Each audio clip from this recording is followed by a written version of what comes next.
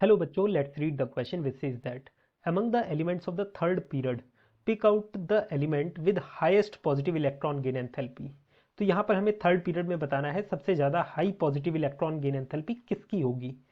Here the key concept for this question is electron gain enthalpy. Electron gain enthalpy. देखिए, सबसे पहले हम बात करेंगे इलेक्ट्रॉन गेन एंथैल्पी का मतलब क्या होता है। इलेक्ट्रॉन को गेन करने पर जो एनर्जी रिलीज होती है ना, उसे हम बोलते हैं इलेक्ट्रॉन गेन एंथैल्पी। दोबारा से सुनिए, मान लीजिए ये कोई आइसोलेटेड गैसियस एटम है। अब इसने क्या करा, इलेक्ट्रॉन को एक्सेप्ट कर लिया। जब ये इलेक्ट्रॉन को एक्सेप्ट करेगा तो ऑब्वियस सी बात है ये एनर्जी रिलीज करेगा। एनर्जी रिलीज करेगा क्योंकि इसने इलेक्ट्रॉन को एक्सेप्ट करा है। जब ये एनर्जी रिलीज करेगा तो ये यही एनर्जी क्या कहलाएगी, इलेक्ट्रॉन गेन एंथैल्पी। ठीक है। अब यहां पर हमसे कहा गया कि जो थर्ड पीरियड होता है, थर्ड पीरियड हमारा कौन सा है, यहां पर मैं लिख देता हूं।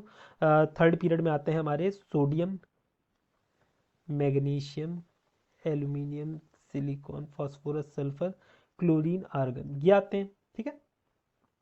अब यहां पर जो हमारे सबसे स्टेबल स्टेट में कौन सा है, यह है हमारा नोबल गैस। ठीक है। जब ये इलेक्ट्रॉन हम इसे प्रोवाइड करेंगे तो ये आसानी से इलेक्ट्रॉन को एक्सेप्ट नहीं करेगा, तो हमें क्या करना पड़ेगा, एनर्जी देनी पड़ेगी इलेक्ट्रॉन एक्सेप्ट करवाने के लिए, है ना। तो ये जब एक्सेप्ट करेगा तो ये खूब सारी एनर्जी रिलीज करेगा, और ये इलेक्ट्रॉन गेन एंथैल्पी इसकी कैसे होगी, पॉजिटिव में होगी, काफी ज्यादा पॉजिटिव में होगी, है ना।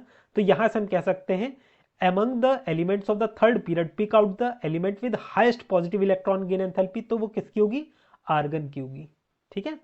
I hope you understood it well. Best of luck.